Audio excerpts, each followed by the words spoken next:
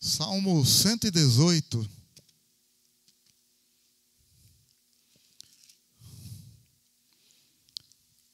Rendei graças ao Senhor, pois Ele é bom. O seu amor dura para sempre. Diga a Israel, o seu amor dura para sempre.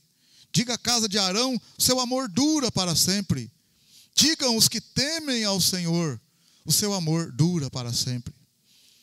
Na minha angústia invoquei o Senhor e Ele me ouviu e me libertou. O Senhor está comigo, não temerei. O que me pode fazer o homem? O Senhor está comigo, é Ele quem me ajuda. Verei cumprido o meu desejo sobre os que me odeiam. É melhor refugiar-se no Senhor do que confiar no homem. É melhor refugiar-se no Senhor do que confiar nos príncipes. Todas as nações me cercaram, mas no nome do Senhor as exterminei. Cercaram-me e tornaram a cercar-me, mas no nome do Senhor eu as exterminei. Cercaram-me como abelhas, mas apagaram-se como fogo de espinhos. No nome do Senhor as exterminei.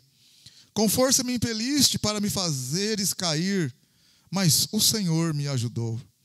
O Senhor é minha força, meu cântico, Ele me salvou. Nas tendas dos justos há voz de júbilo e de salvação. A mão direita do Senhor faz proezas. A mão direita do Senhor se exalta. A mão direita do Senhor faz proezas.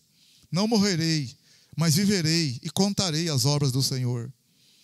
O Senhor castigou-me muito, mas não me entregou à morte. Abre-me as portas da retidão, entrarei por elas, renderei graças ao Senhor. Esta é a porta do Senhor, pela qual os justos entrarão. Renderei graças, pois me ouvistes e me salvaste. A pedra que os edificadores rejeitaram tornou-se a pedra angular. Foi o Senhor que fez isso, e é maravilhoso aos nossos olhos. Este é o dia que o Senhor fez. Regozijemo-nos e alegremo-nos nele. Ó Senhor, salva-nos. Ó Senhor, concede-nos prosperidade. Bendito aquele que vem em nome do Senhor. Da casa do Senhor vos bendizemos. Deus é o Senhor, e fez que a sua luz brilhasse sobre nós. Atai a vítima da festa com cordas às pontas do altar. Tu és o meu Deus, e eu te renderei graças. Tu és o meu Deus, e eu te exaltarei. Rendei graças ao Senhor, pois Ele é bom, o seu amor dura para sempre. O Senhor nos abençoe e possa falar profundamente nos nossos corações. Entregamos nas tuas mãos, Senhor. Ajuda-nos, ajuda-me. Em nome de Jesus. Amém, glória a Deus. Maravilha, queridos, vamos lá. Está aparecendo aí a letra, Ronaldo? Parece que está escuro aqui, não sei. Está aparecendo? Está legal aí? Está bem aí? Está aparecendo? Não está aparecendo? Está aparecendo aí? Não está.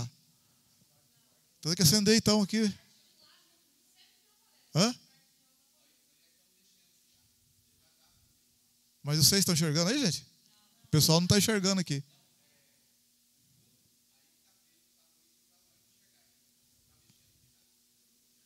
Não, mas tem que acender a luz aqui para eles enxergar aqui. Aí. Não enxergou também? Não? Então você não quer nada também. Luz apagada não enxerga, luz acesa não enxerga. Mas o fundo escuro fica bom lá em cima. Não, mas lá na tela, lá está ótimo o preto na coisa lá. Entendeu? O branco lá é ruim na tela lá. O preto é abençoado. Vambora, gente? Vamos lá então? Vambora? Era aí. Então, gente, enquanto eles estão ajeitando lá, esse Salmo 118, a gente vai ganhando um tempinho aqui. Esse Salmo 118, ele faz parte de um grupo de salmos que em hebraico é chamado de o Halel de Israel. São salmos desde o 113 até... São vários salmos a partir do 113 que são entoados pelos israelitas, principalmente na época da Páscoa. Se você olhar o Salmo 113, por exemplo, se você olhar o Salmo 113, no verso 1, está escrito assim, Salmo 113: Louvai ao Senhor, louvai, ó servos do Senhor, louvai o nome do Senhor. Então, o Salmo, ele já começa desse jeito. Louvai ao Senhor, louvai, ó servos do Senhor. Então, eles estão querendo dizer o seguinte, que esse Salmo, eles se alegram pela saída do Egito. Porque o Salmo, ele não diz louvai, ó servos de Faraó, mas eles dizem louvai, ó servo do Senhor. Significando que eles deixaram de ser servos de Faraó e passaram a ser servos do Senhor. Então eles começam no Salmo 113, vários salmos, inclusive o 118, principalmente na Páscoa, para poder glorificar, cantar e salmodiar ao Senhor. Vários salmos, conforme nós falamos a respeito do Senhor Jesus, na semana passada, eu estou dando um avanço na frente aqui, fazendo de conta que eu já falei, né, que eu acabei de falar, que Jesus disse e ensinou os discípulos muita coisa que dele estava escrito nos Salmos. E muitas das vezes nós lemos os Salmos e a gente não acha nada, né? Hoje eu ia deixar para a semana que vem também o Salmo 122, mas eu vou fazer o Salmo 118 hoje, já vou para o Provérbios, porque senão a gente vai, na semana que vem eu vou para o Provérbios, porque senão a gente ficar muito tempo nos Salmos, e o Salmo são muitos Salmos. Tem o Salmo, por exemplo, aqui o Salmo 22, que é lindo, maravilhoso também. Se você olhar o Salmo 22 a respeito de Jesus, ele fala lá, Deus meu, por que me desamparaste? Por que estás tão longe de me salvar? Tão longe do clamor, das palavras do meu clamor? Né? Jesus, quando morreu na cruz, ele falou essas palavras, Deus meu, por que me desamparaste? Engraçado que fica assim, né? Alguns falam assim, Jesus falou que estava no Salmo. Na verdade, o salmista profetizou que Jesus ia falar, porque ele era profeta, amém, aleluia? Então, ele enxergou longe e incluiu no salmo dele aquilo que o Senhor já ia falar lá na frente. Não é que Jesus estava na cruz e falou, nossa, eu tenho que falar o que está no salmo para cumprir o que está no salmo. De forma nenhuma, né? Aí você vê também, lá no verso 8, ele fala, né? No verso 7, todos que me veem zombam de mim, estendem os lábios e balançam a cabeça dizendo, confiou no Senhor que o livre-o, já que o quer bem. Você vê também lá que quando Jesus está na cruz, eles falam para Jesus, você não confiou em Deus? Deixa desse Deus livre a ele. Eles falam isso também quando Jesus está na cruz.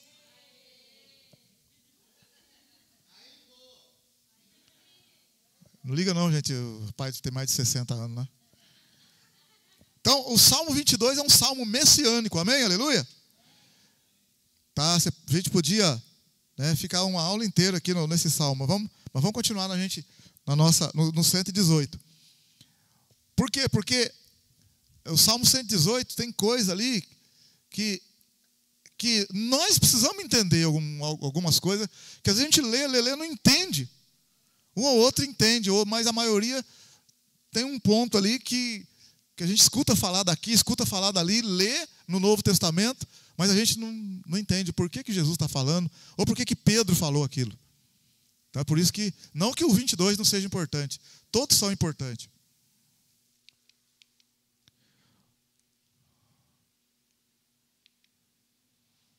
É lá na frente, viu? É no outro salmo, tem 3 salmos aí. É no 123, entre o 122 e o 123.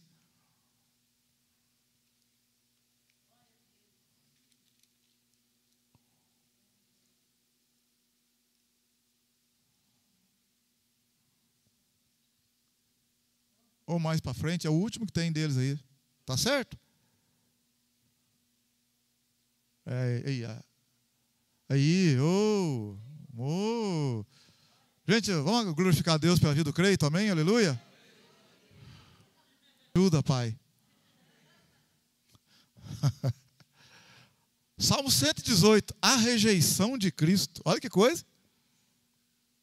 O Salmo 118 tem 3 versículos, 2 ou 3 versículos ou mais, que vai falar da rejeição de Cristo. E Cristo vai citar esses versículos no Novo Testamento, quando ele foi rejeitado. Olha que coisa interessante.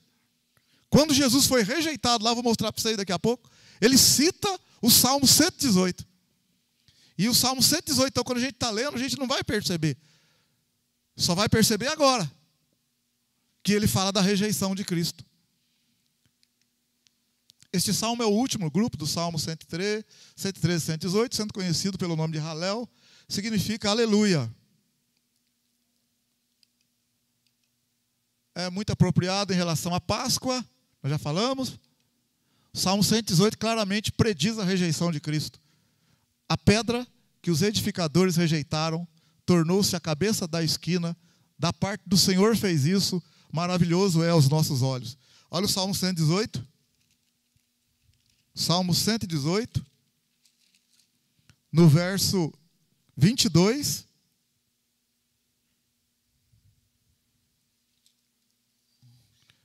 Está escrito: a pedra que os edificadores rejeitaram tornou-se a pedra angular.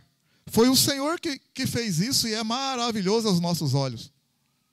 Este é o dia que o Senhor fez. Regozijemo-nos e alegremo-nos nele. Vamos lá. No verso 22, temos a rejeição ou a humilhação do Messias pelos edificadores, pelos profissionais e a sua exaltação por Deus. Ele é rejeitado, mas ele é exaltado pelo Senhor. Amém? Glória a Deus. Então, ele foi rejeitado. Jesus foi rejeitado. Pedro citou essa passagem aumentando um versículo. Pedro acrescentou Isaías 28:16. Vamos lá em 1 Pedro. Primeiro livro de Pedro. Pedro também, lembra bem, Pedro não havia entendido quando ele estava com Cristo. Pedro vai escrever a primeira carta dele depois que Cristo foi assunto aos céus. Então Pedro vai escrever a carta depois que Jesus abriu o entendimento deles. Então Pedro já vai saber que o Salmo 118 se refere também à rejeição de Cristo. Por isso que ele vai escrever na primeira carta. Uma das coisas que ele escreve na primeira carta, capítulo 2, ele fala assim, vamos voltar no capítulo 2, no verso 4, para a gente entender. Pedro fala, vamos no verso 1, vamos lá. 1 Pedro 2, 1. Deixando, pois, toda malícia, e engano, e fingimento, e inveja, e toda sorte de maledicências, desejai ardentemente, como meninos recém-nascidos, o puro leite espiritual, para por ele crescerdes para a salvação. Então, olha aqui em mim. Então, né, gente, a gente fica a vida inteira na mesma, a gente precisa crescer para a salvação, né, para perceber aspectos da salvação com mais clareza. Não fique na mesmice, não. Sabe, vem para a igreja sendo... Você sabia que tem gente que não está nem aí com o negócio de estudo bíblico, não está nem aí não. Fica 5, 10, 15 anos, não está nem aí não. Aí acontecem essas coisas, a pessoa não entende por que está acontecendo. Tem um rapaz aqui, que eu não vou citar o nome, é claro. Um rapaz aí da igreja aqui, irmãos. A gente falava com ele, parece que ele entendia tudo. Sumiu da igreja. Sabe aquele cara que tudo sabe? Aí sumiu da igreja. Eu mandei uma mensagem para ele um dia desse aí. Ué, porque ele era firme, um cara que parecia que conhecia tudo. Mandei uma mensagem para ele, como é que tá? Aí ele falou assim, para mim não está tudo errado, não dá nada certo na minha vida. Aí escreveu um textão para mim, eu fiz isso, deu errado, fiz aquilo, deu errado, namorei, deu errado, fui para o serviço, perdi, fui não sei para onde, não sei o quê, fui não sei para onde. Eu falei, tá, você vê, rapaz, que coisa. Aí se afasta. Né? A gente precisa, como meninos recém-nascidos, desejar o puro leite espiritual para por ele crescer. A gente precisa crescer. Amém? Glória a Deus. Aí ele fala no verso 3, agora que já provaste que o Senhor é bom. Tem gente que nem provou ainda que o Senhor é bom. chegando-vos para ele, pedra viva, rejeitada na verdade. Chegando para ele, pedra viva, rejeitada na verdade pelos homens, mas para com Deus eleita e preciosa. Vós também, como pedras vivas, sois edificados como casa espiritual. Então ele está querendo dizer que nós estamos crescendo como se fosse uma casa, mas uma casa espiritual, para ser de sacerdócio santo, a fim de oferecer de sacrifícios espirituais, aceitáveis a Deus por Jesus Cristo. Pois na Escritura se diz, olha Pedro vai falar, na Escritura está escrito: vede, ponho em Sião uma pedra angular, eleita e preciosa, e quem nela crer não será envergonhado. Olha bem, você viu? Se a gente for ler assim, que coisa que é essa? Uma pedra angular, eleita, e quem nela crê numa pedra, fica para nós, na nossa cultura, fica meio esquisito. Mas ele está dizendo, quem nela crer não será envergonhado. Vamos ver isso. Verso 7. Ora, para vós os que credes, esta pedra é preciosa. Então ele está se referindo a alguém que a gente crê. Esta pedra, verso 7. Ora, para vós os que credes, esta pedra é preciosa. Mas para os descrentes, a pedra que os edificadores rejeitaram, essa foi posta como a principal de esquina. A pedra, para nós cremos, glória a Deus, amém. Mas essa pedra, para quem não creu, ela se tornou uma pedra rejeitada, uma pedra de tropeço, para quem não creu. E uma rocha de escândalo. Tropeçaram porque são desobedientes à palavra, para o que também foram destinados. Vós, porém, sois a geração eleita, o sacerdócio real, a nação santa, o povo adquirido, para que anuncieis as grandezas daquele que vos chamou das trevas para a sua maravilhosa luz. Antes não erais povo, mas agora sois povo de Deus. Antes não tinhais alcançado misericórdia, mas agora alcançaste misericórdia. Então vamos lá, vamos para a gente entendendo melhor, tá? A pedra angular, aqui não está dando para ver muito, mas num arco, por exemplo, de construção, numa construção em que é feito um arco desse, na antiguidade, esse lado está sendo escorado por essa madeira, né, e por essa aqui também que está cruzada. Os dois estão sendo escorados. Mas quando se põe a pedra angular no arco, ela sustenta os dois lados. A pedra eleita, preciosa, ela sustenta os dois lados. Amém? Glória a Deus? Não precisa de nada para escorar. A própria pedra sustenta. O que isso tem a ver? Então, calma. Fala para o seu irmão do lado. Calma, irmão. Calma aí. Olha aqui, pedra angular ou pedra de esquina. Era uma pedra colocada no ângulo ou canto de um edifício, na junção entre duas paredes importantes para as juntar e manter unidas. A principal pedra era a pedra angular, de alicerce. Em geral, uma pedra especialmente sólida era escolhida para edifícios públicos e muros da cidade. Então, aqui tem uma parede que vai sair uma parede para cá e aqui vai sair uma parede para lá. Então, tem que escolher uma pedra, uma principal pedra que vai dar o ângulo para os dois lados. Essa é a principal pedra que vai dar o ângulo e sustentar as duas colunas, os dois lados. Essa é a pedra principal, a pedra de esquina,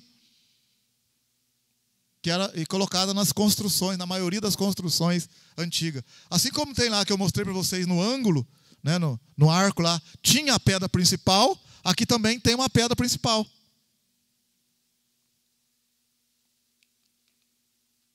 Olha aqui, assim como aqui também tem uma pedra principal, aqui também tem uma pedra principal. E no profeta Isaías, abre Isaías 28 aí. Isaías 28, foi esse texto que Pedro colocou lá Pedro acrescentou, além do que Jesus falou, e além do Salmo 118, Pedro, ele fala do que Isaías havia escrito.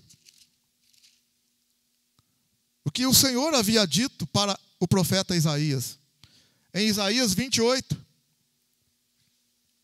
verso 16.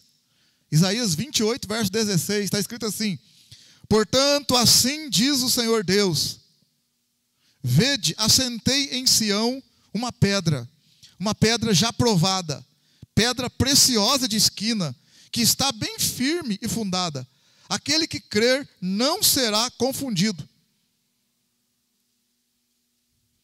Olha o 17: colocarei o juízo como a linha de medir, e a justiça como prumo. A saraiva varrerá o refúgio da mentira, e as águas cobrirão o esconderijo. Mas volta no 16: vede, assentei em Sião uma pedra já provada, uma pedra de esquina, que está bem firmada e fundada. Mas olha bem, Pedro não está escrevendo lá antes de ter uma revelação, uma iluminação do Espírito Santo. Ele só escreve depois que Jesus abriu o entendimento deles. Lembra que antes da morte de Cristo, quando Cristo morre, os discípulos todos fugiram. Mas quando Cristo ressuscita, em Lucas 24, que eles pensam que é um espírito, Jesus fala, não é um espírito. Aí Jesus começa a explicar para eles tudo que dele estava escrito na lei de Moisés, nos profetas e nos salmos. Aí está escrito lá em Lucas 24, então abriu o entendimento deles para entenderem o que dele estava escrito. Então, eu estou falando que Pedro escreveu isso aí, porque abriu o entendimento de Pedro depois. Então quando o Salmo, ele é a pedra. É isso que aconteceu, irmão. Aí começou a ler com outro olho. Então a gente está aqui batalhando, aqui você está vindo nas quarta-feiras aqui, eu estou falando para você do Gênesis, semente da mulher, Êxodo, Cordeiro Pascual, Levítico, sacrifício expiatório, Números, a rocha ferida, a nuvem, Deuteronômio, a lei, o profeta que havia de vir, Josué, o general, juiz, o libertador, Ruth, o nosso parente chegado. Estou falando para vocês, porque, irmão, de repente daqui a pouco começa a clarear algumas coisas na sua cabeça, muito mais forte ainda. Começa a ler a Bíblia com outro entendimento, com substância. Você pegar lá um livro do Novo Testamento, já não lê mais corrida, não, você fica assim, você fica degustando, estou entendendo o que ele está querendo dizer. Ou assim, não estou entendendo, mas eu não estou entendendo e eu quero entender. Não, eu vou voltar de novo, não entendi. O que ele quis dizer com isso? Não entendi. É isso que é o gostoso, irmão, da palavra. Entendeu? Porque quando você entende, você passa às vezes um dia, 2, 3 dias assim, rapaz, então era isso que ele queria dizer? Então ele queria dizer isso, rapaz. A mente da gente fica com a palavra, irmão, em vez de ficar com porcaria na cabeça. Em vez de ficar com minhoca na cabeça, com porcaria, a palavra edifica, empurra a gente para frente, dá ânimo na gente. Então, Isaías já falou 700 anos antes de Cristo. Antes de Cristo vir na terra, Isaías já falou de uma pedra. O salmista já falou da pedra, de uma pedra que seria rejeitada. O Senhor está dizendo, vou colocar uma pedra em Sião. Mas ninguém está entendendo ainda. Não pensa que estão entendendo, não, irmão, que no Novo Testamento o pessoal está entendendo. É Jesus que vai dar um entendimento para eles, até para os fariseus mesmo. Aguenta um pouquinho que você vai ver já.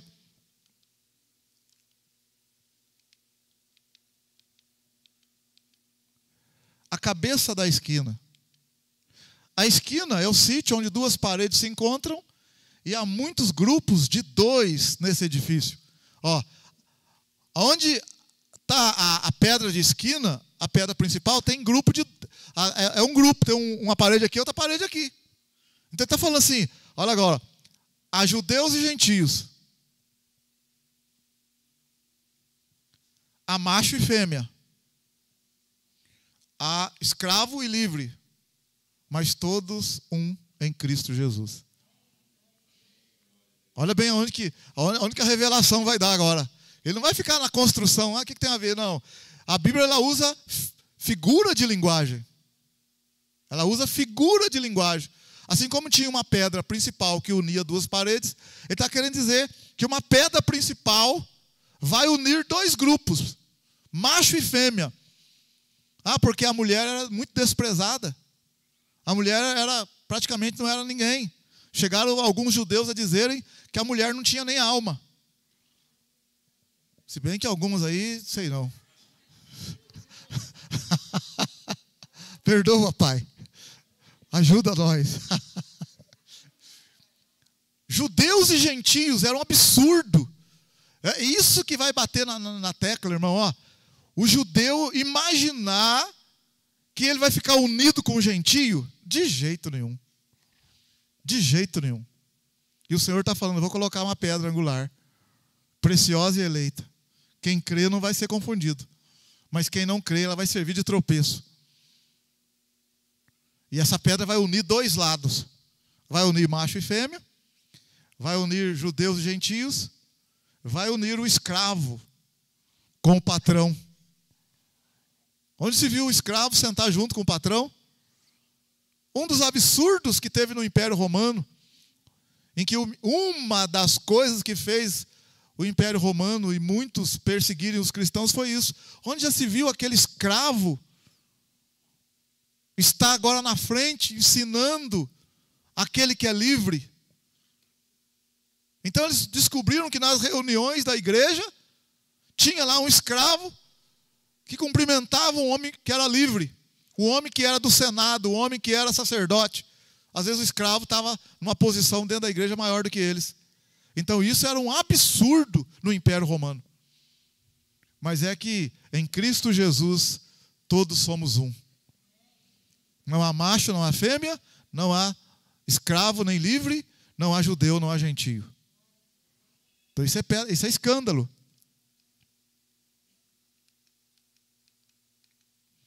Assim eles rejeitaram Cristo porque pensaram, e pensaram corretamente, que se Jesus for a cabeça, que se ele for a pedra de esquina, ele vai reunir todos, sem discriminação de raça ou de nação.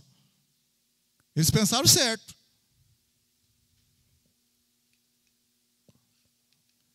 Agora, Jesus falando dele mesmo, né, no caso do Salmo 100, a respeito do Salmo 118, na parábola dos lavradores maus, em Mateus capítulo 21, vamos lá? Mateus 21. Glória a Deus, aleluia, irmão. Vamos ficar em pé um pouquinho, fica de pé, irmão, fica de pé aí, fica de pé, glória a Deus. Dá uns glória aí, dá uns glória a Deus aí. Fala pro seu irmão aí, não dorme não, dorme não, irmã, dorme não. Bora. Acorda aí. Tá valendo a garrafinha d'água, sim ou não? Garrafinha d'água, dormiu, o pastor joga água. Pode sentar então. Glória a Deus. Mateus 21. Se dormir, eu vou jogar água, hein? Mateus 21. Vamos lá, todo mundo, atenção. Evangelho de Mateus 21.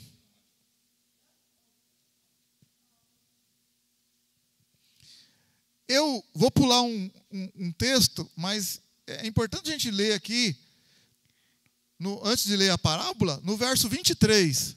Olha aí comigo, não está marcado lá, mas no verso 23, para você entender o negócio. Mateus 21, 23, ó. Para você saber para quem que Jesus proferiu a parábola. Mateus 21, 23. Jesus entrou no templo, enquanto ensinava, aproximaram-se dele. Quem que aproximou-se dele? Os principais sacerdotes e os líderes religiosos do povo, e perguntaram: com que autoridade faz essas coisas? E quem te deu tal autoridade? Respondeu-lhe Jesus: eu também vou fazer uma pergunta para vocês. Se me responderdes, eu vos direi com que autoridade faço essas coisas. De onde era o batismo de João? Do céu ou dos homens? E discutiam entre si, dizendo: se dissermos do céu, ele nos dirá: então por que não creste nele? Se porém dissermos dos homens, tememos o povo, pois todos consideram João como profeta. Então responderam a Jesus: não sabemos. Então Jesus disse: nem eu vos digo com que autoridade faço essas coisas. Amém, aleluia. Sabedoria, né? Glória a Deus. Ah, só Deus mesmo, né? É igual eu escutei um cara, tava estudando isso aqui, um cara falou assim que o pessoal fala assim que os judeus têm mania de responder uma pergunta fazendo outra pergunta. Então ele chegou para esse pregador e falou para ele assim, por que os judeus, e esse cara é descendente de judeu também, é do povo lá. Ele falou assim, perguntou para ele, por que os judeus, eles fazem, a gente faz uma pergunta para ele, eles fazem outra para a gente. Aí ele respondeu, ele falou para o cara assim, mas quem te disse isso?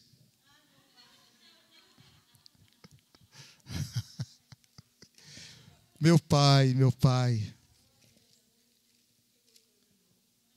Maravilha. Aqui então, vamos lá, vamos continuar agora. Aí vem então no verso 33.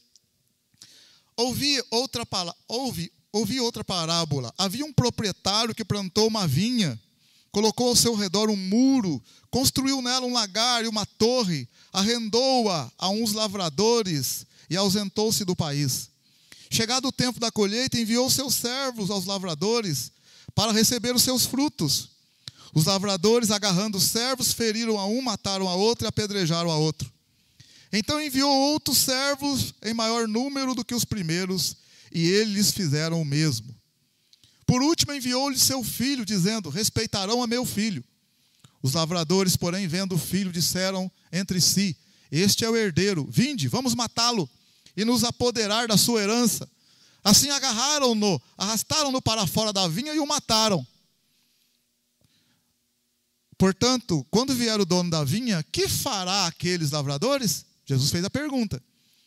Aí eles responderam, destruirá de maneira horrível esses perversos e arrendará a vinha a outros lavradores que no devido tempo lhe entreguem os frutos. E disse Jesus, nunca leste nas Escrituras? A pedra que os construtores rejeitaram, essa se tornou a pedra angular. O Senhor fez isso e é maravilhoso aos nossos olhos? Ó, Jesus citou o Salmo agora, 118. E ele falou para eles, vocês nunca leram na Bíblia que está escrito isso? Olha o verso 43. Aí Jesus falando, ó, portanto eu vos digo que o reino de Deus vos será tirado e será entregue a um povo que produz os seus frutos. Aquele que cair sobre essa pedra se despedaçará, mas aquele sobre quem ela cair será reduzido a pó. Os principais sacerdotes e os fariseus, ouvindo essas parábolas, entenderam que ele falava a seu respeito. Jesus estava falando dele. Procuraram prendê-lo, mas tiveram medo da multidão, porque o povo o considerava como profeta. Então Jesus estava falando dele e falando deles também. Como assim? Porque eles é que tinham autoridade para fazer as coisas na igreja, no templo. É eles que tinham autoridade. Aí quando Jesus está fazendo uma coisa aqui, curando ali, pregando ali, eles perguntaram para Jesus, com que autoridade você faz essas coisas? Tipo assim, nós não temos autoridade para você, nós é que somos os principais aqui da religião, nós que somos os principais da igreja, com que autoridade o senhor está fazendo essas coisas? Aí Jesus perguntou, então também vou fazer uma pergunta para vocês. Se vocês me responder, eu respondo. O batismo de João era do céu ou da terra? Se nós falar que é do céu, ele vai falar, por que vocês não creram em João então? Nós falar que é da terra, todo mundo sabe que João era profeta. Nós não sabemos. Aí Jesus falou, então também não vou responder com que autoridade eu faço essas coisas. Então qual que é o problema número 1 aqui? Eles queriam saber com que autoridade Jesus está fazendo aquelas coisas. Aí Jesus então vai contar a parábola dos trabalhadores na vinha. E ele fala que o Senhor, colocou, um proprietário plantou uma vinha e entregou essa vinha para os lavradores e ausentou-se do país. Essa vinha, o que é essa vinha?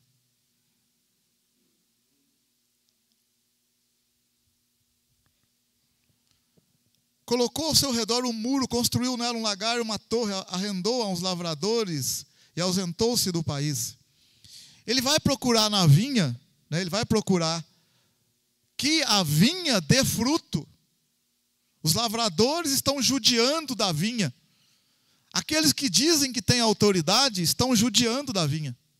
E a vinha que pertence ao proprietário, inclusive o filho do proprietário vai vir depois, eles não aceitam o dono da vinha, agarram o dono da vinha, põem para fora da vinha e mata ele.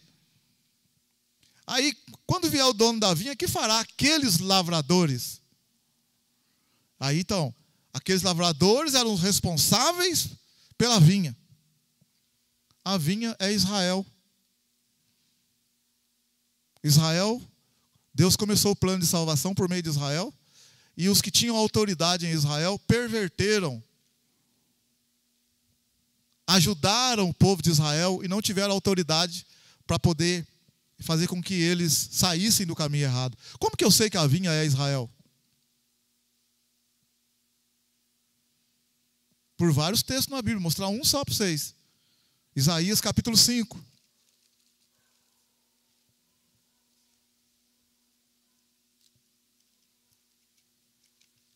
Abre comigo Isaías 5. Calma aí, talvez você fale, não estou entendendo ainda. Calma. Calma, amém, aleluia. Isaías 5, está na mão? Verso 1, cantarei ao meu amado o cântico do meu querido a respeito da sua vinha. O meu amado, olha bem, você vê, o meu amado teve uma vinha no outeiro fértil. Ele a cavou e a limpou das pedras e a plantou de excelentes vides. Edificou no meio dela uma torre e construiu nela um lagar. É o que Jesus falou lá na parábola, gente. E esperava que desse uvas, mas deu uva brava. Agora, ó morador de Jerusalém, homem de Judá, julgai entre mim e a minha vinha. Que mais se podia fazer a minha vinha que eu não lhe tenha feito? E como, esperando eu que desse uvas boas, veio a produzir uvas bravas? Agora vos direi o que hei de fazer a minha vinha. Tirarei a sua cerca, para que sirva de pasto, derrubarei a sua parede, para que seja pisada. Eu a tornarei em deserto, não será podada nem escavada, sarças e espinhos crescerão nela. Darei ordem às nuvens para que não derramem chuva sobre ela. A vinha do Senhor dos exércitos é a casa de Israel. E os homens de Judá são a planta das suas delícias. Ele esperou que exercesse justiça, mas viu opressão. Retidão, mas ouviu clamor. Está vendo? A vinha do Senhor dos exércitos é a casa de Israel. Então, Israel, lá em Mateus 21, que nós estamos lá, falando da parábola dos lavradores, Mateus 21,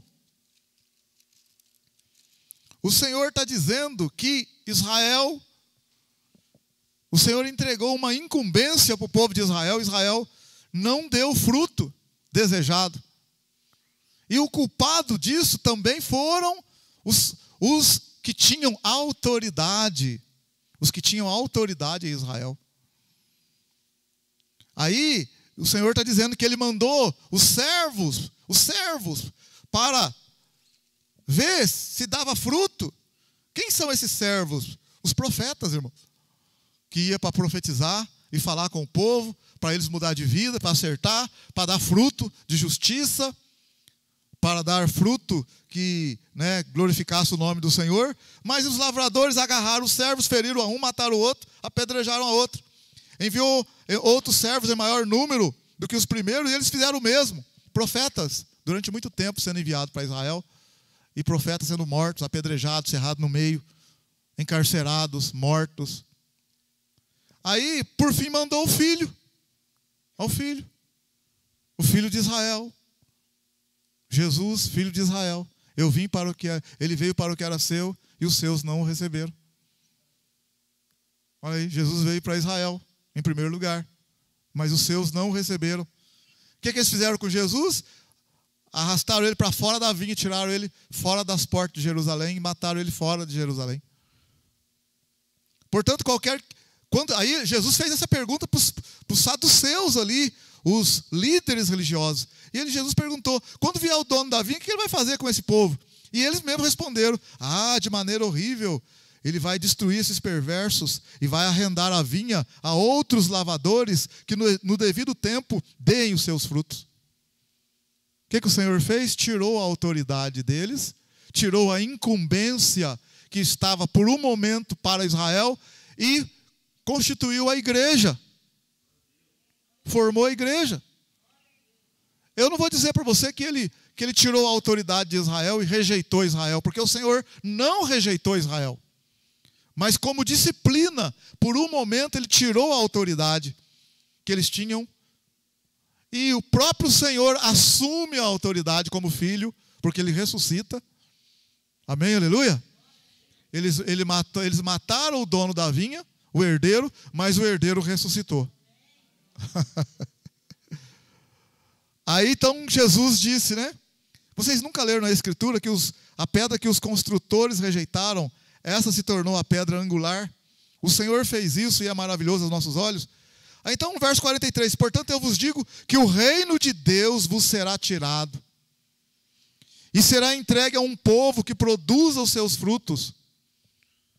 Então, o que aconteceu? Aquele primeiro momento em que eles estavam de posse de autoridade das portas do reino de Deus na mão dele, vai passar para a igreja. A igreja vai dar os seus frutos. Não que o Senhor tenha rejeitado Israel. O Senhor não rejeitou Israel. Nós não podemos falar o Senhor rejeitou, não. Paulo escreve em Romanos, no capítulo 11. Será que Deus rejeitou o seu povo? Ele fala, não rejeitou o seu povo. Olha lá em Romanos 11 para você ver. O Senhor não rejeitou o seu povo. Romanos, capítulo 11.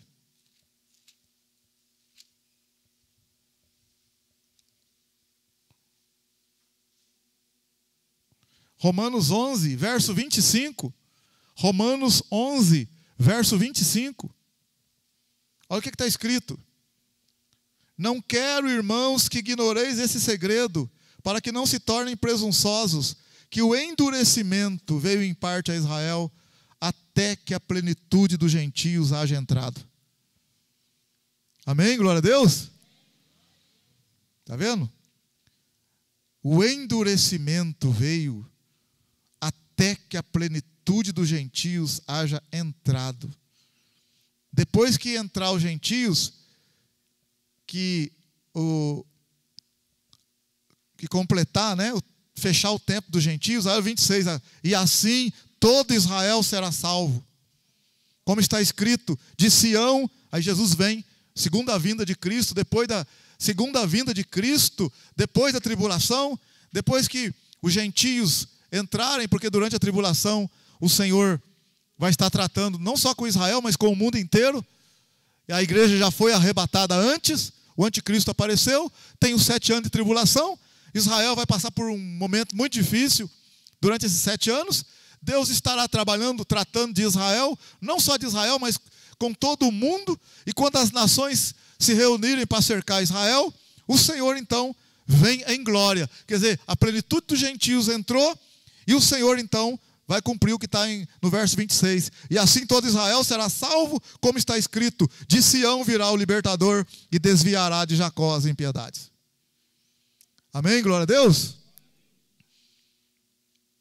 Aí no verso 30, olha o verso 30, ele fala, assim como vós, eu e você, gentios, assim como vós também antigamente nós éramos desobedientes a Deus, mas agora alcançamos misericórdia pela desobediência dos judeus.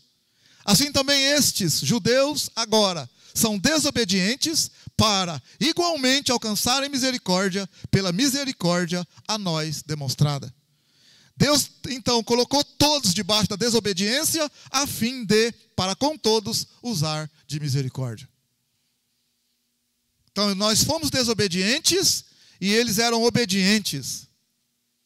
Deus endureceu, permitiu o endurecimento deles, rejeitou eles por um momento e usou de misericórdia para nós.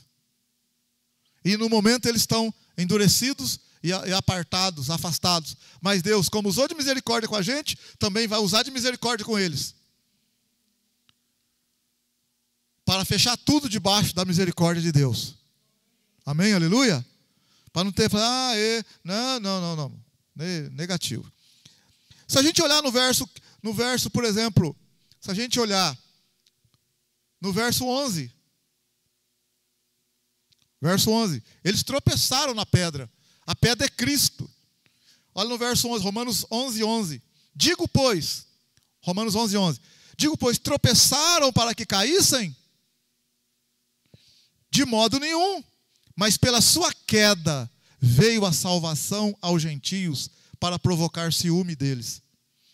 Ora, se a queda deles é a riqueza do mundo, e a sua diminuição, a diminuição do povo de Israel, a riqueza nossa, quanto mais a plenitude deles. Convosco falo gentios, enquanto for apóstolo dos gentios, glorificarei o meu ministério, para ver se de alguma maneira posso provocar ao ciúme os do meu povo e salvar algum deles. Pois se a sua rejeição, a rejeição deles, é a reconciliação do mundo, qual será a sua admissão, senão a vida dentre os mortos? Olha que coisa bonita que ele fala então no verso 12. Se a queda deles é a riqueza do mundo, e a diminuição dele, a nossa riqueza, imagina bem eles na plenitude deles, como que será nós? Se eles são a raiz, eles são os primeiros que foram chamados. Eles endureceram e a bênção chegou para nós. Eles caíram e a gente ficou rico. Aí ele está falando assim, imagina bem quando eles estiverem bem, como que a gente vai estar? Quando eles estiverem bem com Deus, bem com Cristo, como que nós vamos estar? Se eles caídos, trouxeram bênção para nós. Quando eles caíram, a bênção chegou para nós. Imagina eles em pé. É isso que ele quer dizer. Então, quando o Senhor Jesus fala dos lavradores maus, ele está falando disso. Ele está falando do povo de Israel que não deu valor na bênção que foi dada a eles no início. E eles bateram nos profetas, mataram, né, cerraram no meio, fizeram um punhado de coisa. E quando o filho veio, eles mataram o filho. Então foi tirado deles e passado para um outro grupo. Primeiro eles perderam a autoridade. Os saduceus perderam a autoridade. A autoridade passou a ser do Cristo. Aquele que se tornou a pedra de tropeço para eles. Aí Jesus fala, aquele que tropeçar nessa pedra, lá Mateus 21, aquele que cair sobre esta pedra se despedaçará, mas aquele sobre quem ela cair será reduzido a pó. Aí ele está falando essa pedra aqui agora, a pedra que bateu no pé da estátua, lá em Daniel. Lembra da pedra que bateu no pé da estátua? Então, a pedra que bateu no pé da estátua, lá em Daniel, é essa pedra. Ela bate no pé da estátua e ela esmigalha toda a estátua. E a estátua representa todos os reinos do mundo. Então, sobre quem essa pedra cair, ai, ai, sobre quem essa pedra cair. Ela não pode ser para nós, glória a Deus, ela não é uma pedra de tropeço. Ela é uma pedra angular, pedra de esquina. Ela é a principal pedra. Ela é a pedra.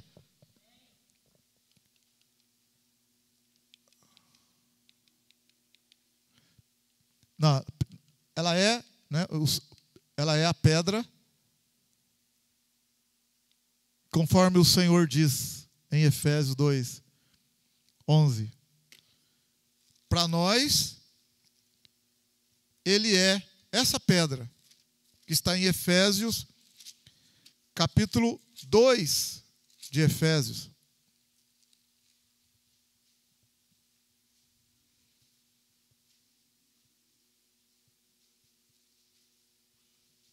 Olha aqui, ó. Agora, nesse texto, pelo menos numa parte do texto, ele não fala da pedra, mas lá no finzinho, você vai ver. Olha, Efésios 2, 11. Abre aí, Efésios 2, 11. Olha o que Paulo escreve. Portanto, lembrai-vos que vós outrora éreis gentios por nascimento, e chamados incircuncisão, pelos que no corpo se chamam circuncisão, feita pela mão dos homens. Olha agora, que naquele tempo estáveis sem Cristo, separados da comunidade de Israel, e estranhos às alianças da promessa, sem esperança e sem Deus no mundo. Quer dizer, as promessas e as alianças eram só para Israel. Olha o verso 13. Agora, porém, em Cristo Jesus, vós que estáveis antes longe, já pelo sangue de Cristo chegasse perto. Pois Ele é a nossa paz, o qual dos dois povos fez um, e destruiu a parede de separação, a barreira de inimizade que estava no meio, desfazendo na sua carne a lei dos mandamentos, que consistia em ordenanças, para criar em si mesmo dos dois um novo homem, fazendo a paz. E pela cruz reconciliar ambos com Deus em um só corpo, matando com ela a inimizade. E vindo, ele evangelizou a paz a vós que estáveis longe e aos que estavam perto. Pois por ele os dois povos têm acesso ao Pai em um mesmo Espírito. Assim já não sois estrangeiros nem forasteiros, mas concidadãos dos santos e membros da família de Deus, edificados sobre o fundamento dos apóstolos e dos profetas, sendo o próprio Cristo Jesus a principal pedra angular. Consegue entender agora? Amém? Aleluia? O que Cristo veio fazer? A salvação começa com promessa para Israel, com promessa com os descendentes de Sem, com Abraão, fica restrito num certo momento para Israel.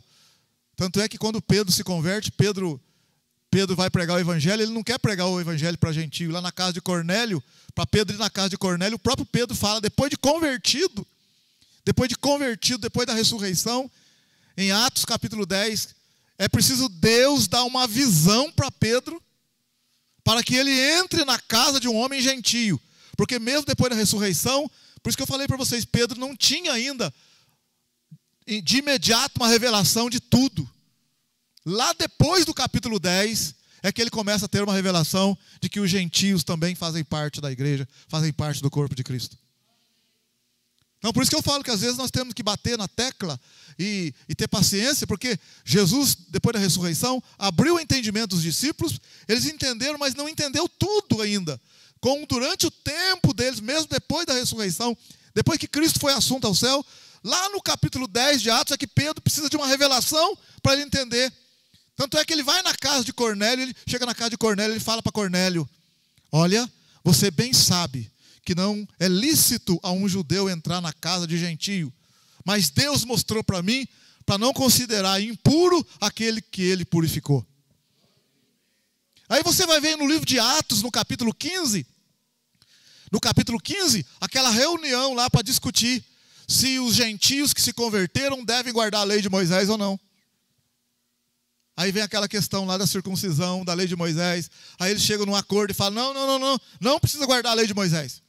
Não precisa guardar a lei de Moisés. Apenas que se abstenham do sangue, largue da idolatria e do que é sufocado. O próprio Pedro colocou em pé lá e Pedro falou, gente, nós somos salvos pela fé em Cristo. Não precisa nada disso. Somos salvos pela fé em Cristo. Nós recebemos o Espírito pela fé. E eles também receberam o Espírito pela fé. Quando Paulo escreve aos Gálatas, no capítulo 3, Paulo também fala, peraí, vocês receberam o Espírito pelas obras da lei ou pela fé na pregação?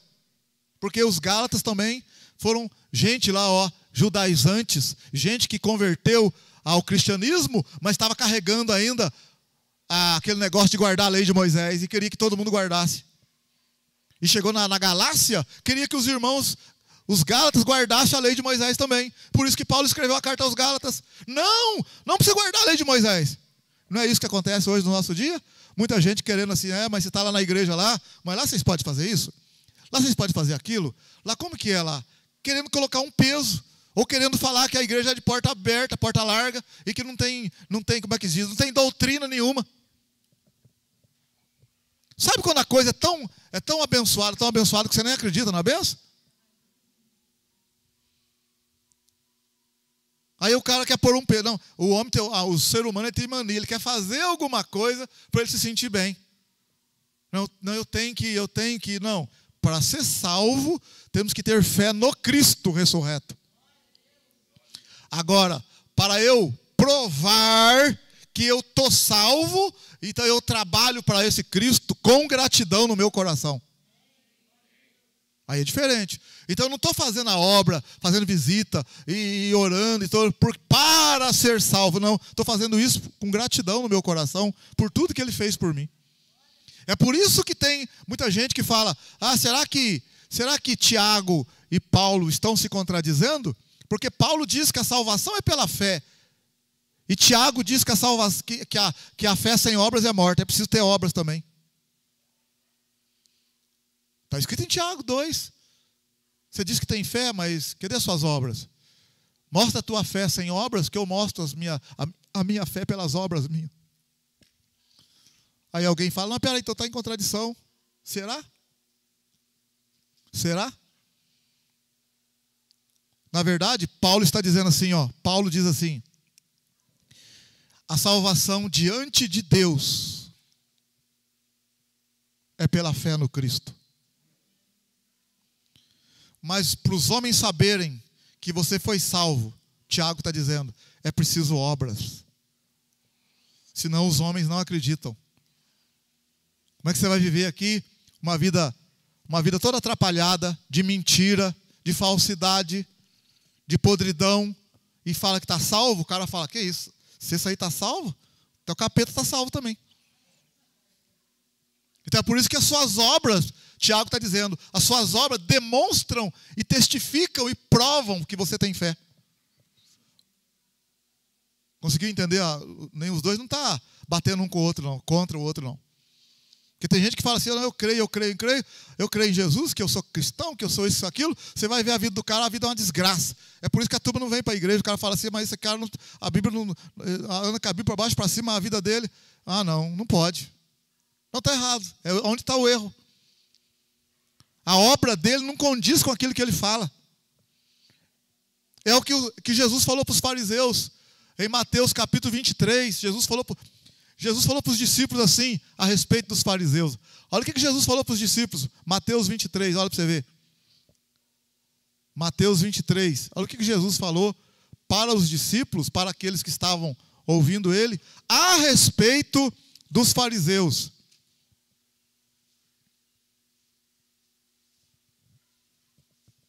Olha bem que parece até uma coisa, né?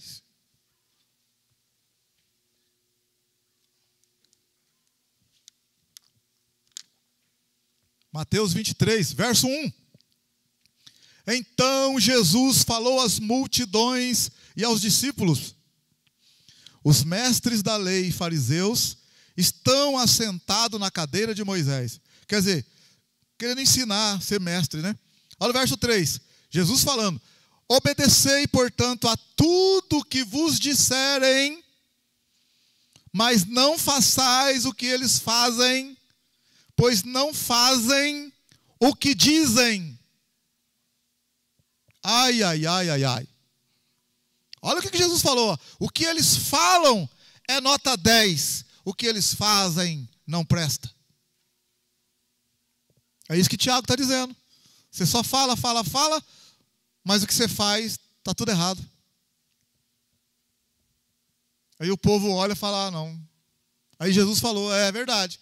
Então façam o que eles estão falando, mas não façam o que eles estão fazendo. Porque eles falam, mas não fazem. Mas o que eles falam é coisa boa, mas o que fazem não presta. Então Jesus tornou-se, para eles, Jesus tornou-se a pedra de tropeço. Mas para nós, a pedra principal angular, que sustenta os dois lados, que sustenta a construção, que sustenta os dois, macho e fêmea, escravo e livre, judeu e gentio. se tornou a principal pedra. Amém, aleluia, glória a Deus. Então, meu querido, Salmo 118 foi embora. Que ele não seja para nós a pedra de tropeço. Mas Israel tropeçou, o Senhor falou, mas não caíram de vez, mas tropeçaram. Mas o tropeço deles trouxe a salvação para nós. Mas eles vão levantar. Quando a plenitude dos gentios entrar, então Israel será salvo, porque de Sião virá o libertador. Amém, aleluia. Vamos ficar em pé, que Deus abençoe vocês. Glória a Deus.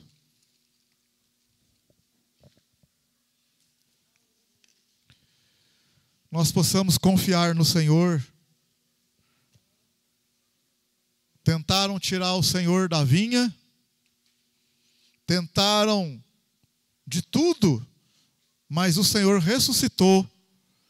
O dono da vinha ressuscitou, o dono do reino ressuscitou e entregou o reino a um povo que deu seus frutos. E nós estamos incluídos nessa, amém? Glória a Deus. A autoridade é dele, a autoridade que os fariseus acharam que era deles é do Senhor, é do cabeça da igreja, é da pedra angular, da pedra de esquina. É do Senhor da igreja, amém? A qual nós fazemos, a qual nós pertencemos, glória a Deus. Obrigado, Senhor, pelas misericórdias estendidas. O plano do Senhor é maravilhoso. Ah, Senhor, quem conheceu a mente do Senhor? Quem foi o instrutor do Senhor? Quem foi o seu conselheiro? Senhor, perdoa nós, nossa ignorância, nossa altivez. Ajuda a gente, Senhor, a entender a Tua palavra. Por isso que o Senhor fala em parábolas, porque é preciso se aproximar de Ti e buscar o entendimento. Ajuda-nos, Senhor, a entender. Os discípulos demoraram para entender, Senhor, mas entenderam. Oh, Senhor, abençoa a irmã, abençoa o irmão, abençoa nós. Possamos criar raízes, firmar nossas vidas na rocha, que é Cristo. Que possamos, como Pedro disse, desejar ardentemente o puro leite espiritual, para por ele crescerdes para a salvação. Abençoa o teu povo, Senhor, abençoa nós, segura em nossas mãos. Possamos estar firmados na rocha, como diz o Senhor, para suportar as tempestades, os vendavais da vida. E a casa permanecer firme. Pois está firmada na tua palavra, está firmada na rocha, está firmada na pedra angular, na pedra de esquina, na pedra principal, que sustenta o edifício. Obrigado, Senhor, obrigado, Senhor. Bendito seja o teu nome, bendito seja o teu nome. Amém, aleluia, irmãos? Engraçado que ele é a pedra principal. Aí você vê, ele é a pedra principal e Pedro chama a gente de pedras vivas também, é colocado do lado as pedras vivas. E ele levanta o edifício para santuário de Deus. Que o amor de Deus, que a graça do Senhor Jesus e a comunhão do Espírito Santo esteja com todos. Todos digam. Amém. E todos digam. Amém. Com alegria, todos digam. Amém. Cumprimenta o seu irmão aí com a paz do Senhor. Deus abençoe, Deus abençoe.